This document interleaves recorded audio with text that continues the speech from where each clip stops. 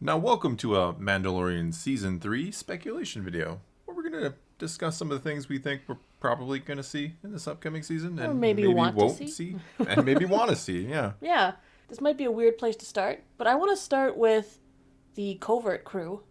Covert crew, is that what we're calling them? Yeah. Paz and Armorer? Paz and Armorer. Armorer is the one who sent Mando on the mission to cleanse himself in the living waters on Mandalore. She's also the one who sent him to find Grogu's place. She's like the quest giver, isn't she? She really is. And Paz is obsessed with the Darksaber. Yes.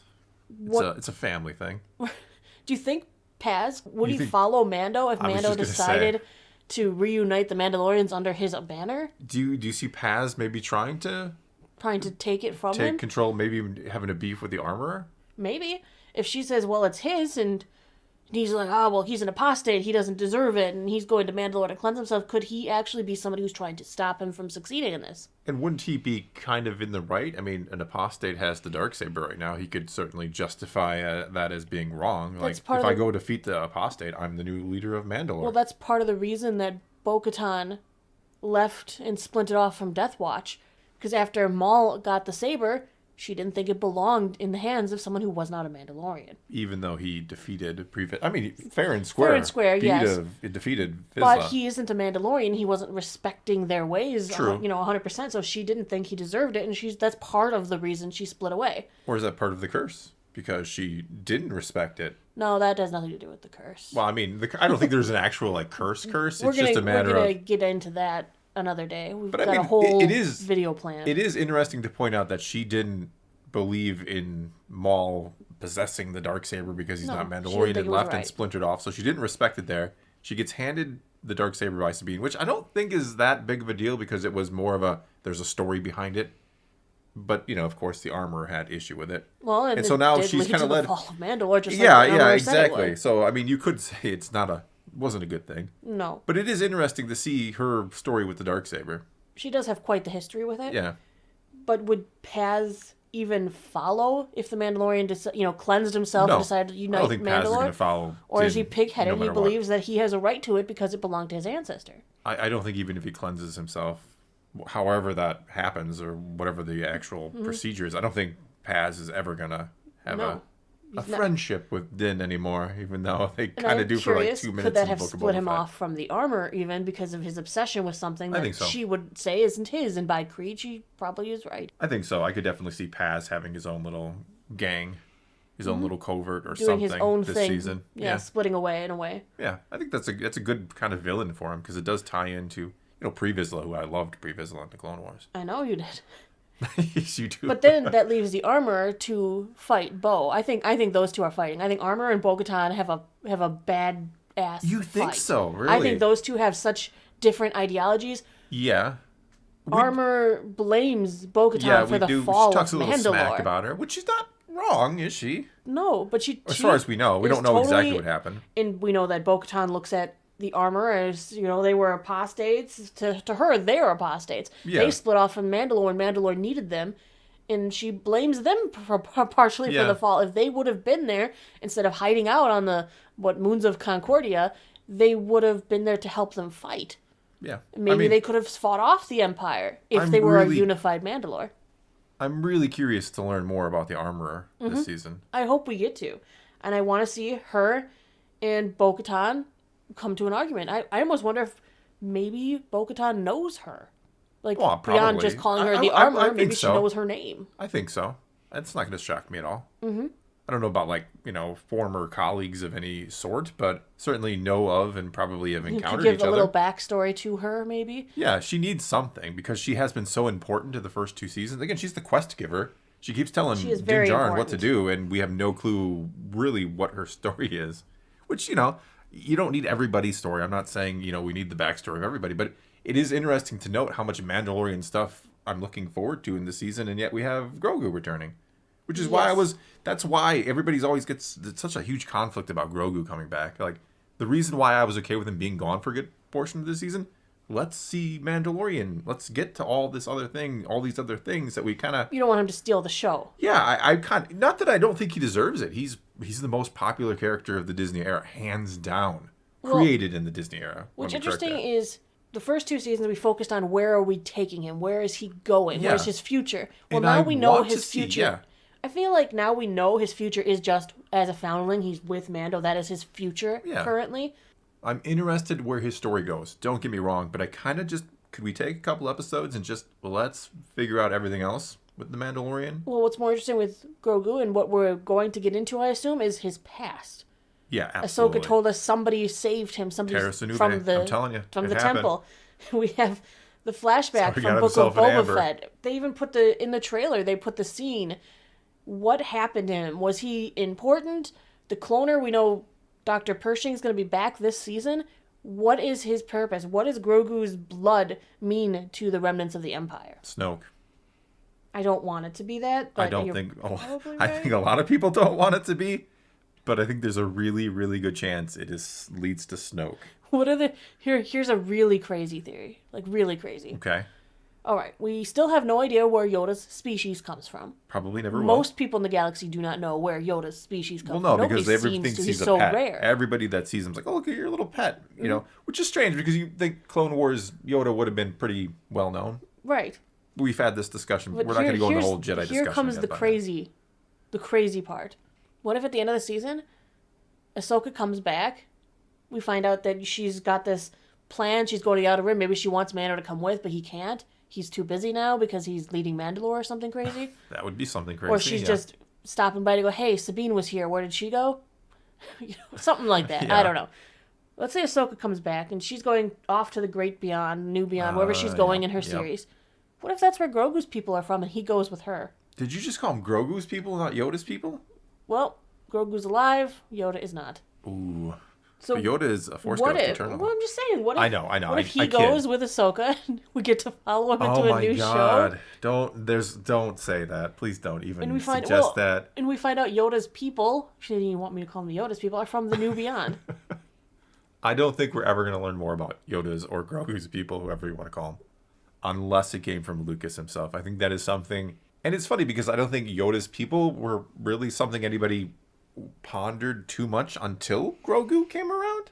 It's because we just assumed that they were a species somewhere. And we only met a couple of them because they Yeah. were Jedi and they were Yeah, more you well see, known. I mean, you essentially see one in the background in the Phantom Menace. You see Yaddle in the background, and you're like, oh yeah, there's probably just a bunch of them floating around. And then all of a sudden, it's Yes. Grogu comes around, and I think we're all like, well, what is the story with these people? Well, we only care so much because the fact that, like, well, I've never seen anything like him before. Where is he Yeah. from? What is he all about? I have a quest to find his tribe, his people, and everyone's like, well, who are his his people? people? They've put the question into our head. Yeah. But no, I don't think you're ever, unless it comes from Lucas himself, I don't think Filoni or anybody would, well, maybe I shouldn't question Disney and their ability to do stupid things, but I don't think they're going to mess with Yoda's backstory or his origin or his people unless it comes from We don't even know what Lucas. his people are called. No, they're Yoda's or Grogu's or whatever. Mm-hmm. And I do like that Luke kind of asks about it too. Luke doesn't seem to have any idea about his people because he asks in Book of Boba Fett, like, has anybody ever talked like you remember your before? Do you home? remember Yeah. your home? Like, what's the deal? So even Luke, who probably would be able to figure it out, you'd think, maybe, would have the best chance or a good chance, Why doesn't didn't seem to Yoda know. leave a journal for Luke to read? Didn't he though? He left his lightsaber. The comics said he did, I think. Well, did his Anyway. journal go all the way back to the beginning? You would think, like, chapter 1, this is where I'm from. Anyway. Yeah. But speaking of Ahsoka, Favreau specifically said Skeleton Crew will not be in the season, but he never mentioned her. Ahsoka will be in the season. I think that's a guarantee as well because we need another breadcrumb to lead her into her show. Yes, I don't think it'll be like purposely setting it up, but certainly there'll be some little juicy tidbits that lead back to the Ahsoka series. My theory is the post-credit scene for this season is going to be maybe the end scene from Rebels. Ahsoka coming to get Sabine. Well, we do see that has happened in live action because they filmed something in front of the mural from Rebels, so that's a It's a strong possibility. possibility, yeah. But we've also heard there might be another spin-off coming from Mando, and if that's the case, they might use that as the post-credit instead. Yes, I think that makes more sense to do something unexpected. And especially because we will see the trailer. I mean, 99.9% sure we'll see the trailer at Star Wars Celebration. Or at least those at Celebration will see the The trailer. rest of us will be watching a bunch of Yeah, we'll see bobbly somebody. heads. And... Yeah, somebody holding their phone for some reason can't hold it straight, even though they're hiding everybody it. else in the world can hold it straight. Because they're any other time. hiding it. and they're excited. Yeah, I know. Yes. All right, what do you think about Sabine showing up in the show? Good chance. Good chance? I think so, too. Because she is Mandalorian. It She would is. make sense, and she knows Bo-Katan. She has handed connections. off the Darksaber. Yeah, she has connections to the Darksaber. Yes. She also knows what it means to them. Yes. I mean, it could be interesting if Mando even sought her out. The one who held it before Bo-Katan. I don't know if that'll happen, but it would make sense. It wouldn't be a stretch to do something like that. It'd be interesting. So do you think Mando will lead the Mandalorians? Will he bring them together? Will he decide to be their new ruler? Or is he bringing them because he together doesn't want to. kind of pass the torch? I don't think he wants to. I don't think he's got the charisma. I mean, I'm being flat out honest. Like, he doesn't really have it, does he? I mean, that's not a knock against Pedro Pascal or the character. I'm saying in universe, like, Mando is not a charismatic guy. No, he doesn't have a lot of friends. He doesn't seem to be in that position of wanting to lead. Even when he does group missions, he doesn't, like, step up as I'm the leader of the group. Yeah, I don't see him time. as a leader. He's a great character. I like him, and he's badass and all these wonderful things, but he's not a leader. I think he knows that. I mean, if he even had an inkling of being a leader, he wouldn't have been immediately like, okay, I yield to you, take the Darksaber back. He would have. Yeah, I'll throw out that Cobb Vanth will be in the season 2 to remind us while he's not dead. Well, we still see him. Remember, post-credit scene is Cobb Vanth. Yep. In the back to tank having a flashback. Then. What if he's the one having a spin-off? That's not a terrible. Hey, he is actually I like a very Cobb loved Vanth. character. Like he showed up in Aftermath, and it was like, oh, he's a throwaway character in Aftermath, and then it was like, oh, cool. He brought into the story he's brought into the really Mandalorian. Yeah. And now I'm like, after seeing him get shot in Book of Boba Fett, I'm like, I hope he's not dead. And then of course he's not. He's in the back of the tank. Yeah, I think he's a fun character. I don't know about his own show, but certainly want to see more of him. The Book of Freetown. I mean, I don't know how you work him into this season. If we are going very Mandalorian heavy, Boba Fett's going to be back. He'll bring Cobb Vanth with him. Spoiler alert, but it's spoiler, not spoiler. It's not really a spoiler. He'd be back. Tamora said he wanted another crack at giving you the Boba Fett you deserve, which we all know what that means. Yeah, but it seemed to have been leaked. Star Wars, he is going to be Hong Kong or something. Yeah, said some sort of little teaser out there like, hey, Mandalorian's coming back with all your favorites and the crew. And Boba Fett and other other characters, and new characters. And we're like, oops. Boba Fett. Yeah, so really, I mean, I think we figured Boba will come back and he'll bring Cobb Vanth with to help the Mando on whatever mission he's on. Fennec will probably tag along. Probably. I mean, we're going to have some sort of a big battle, a big war, and Mando needs his friends. I think my only gripe against that is the first 2 seasons kind of had the entourage gathering. Yeah, but this will be a big battle where he's bringing these Mandalorians together. I think he's bringing his crew back together because he needs to fight the Empire. Yes, I think the Empire is going to be revealed to be huge. That's when Ahsoka comes in. Yes. That's when all of them come together in some crazy battle against the Empire. I think it's been very intentional in universe and out that we've only seen like, oh, Gideon has a light cruiser. Oh boy. I think Thrawn has a lot going on behind the scenes, and he doesn't want. He doesn't want, obviously, into universe, the New Republic to know. And I think out of universe, they want to surprise us at just how formidable the remnants are. We've also heard rumors about Moff Gideon having a Mandalorian suit of armor. We've heard rumors about Praetorian guards, or at least red, shiny Mandalorians of some sort. There's a lot of rumors that could go into things that would spur a huge battle in this between there's gonna be Mandalorians, the leftover remaining Mandalorians versus, the Empire, with everyone getting together, culminating in some huge crazy thing. And I would love to see that, as long as it's good and it doesn't hint too far into the sequels. I think we're going to see a big battle and I don't mean the one on Navarro that we've kind of seen that the Mandalorian. That's a little battle. That is just a opening scene. Look at this cool thing. Now that's probably episode 1. They've shown too much of it for it to not be episode 1 in my head. No, I'm anticipating some kind of big battle of some sort. Space battle, ground battle, combination of the two. Mandalorians run into the Empire. New Republic shows up. Ewoks. I don't know. At this point, we need to move Peli Moto's shop from Tatooine to Navarro just so we can start collecting things in one spot instead of being all over the place. Because, we've got our trusted mechanic on Tatooine where Boba Fett's hanging out. Then we have to go to Navarro because that's where Greef Karga has set up his camp. No, we just need to move everybody to Navarro. Get rid of Tatooine. Too much sand. We're done. I think they realize Tatooine's been overdone to the extreme at this point. Mm-hmm. But that doesn't mean we're not going back there again. Ever. Back or there soon. again and again and Yeah. again. Do you think there's going to be politics in this season?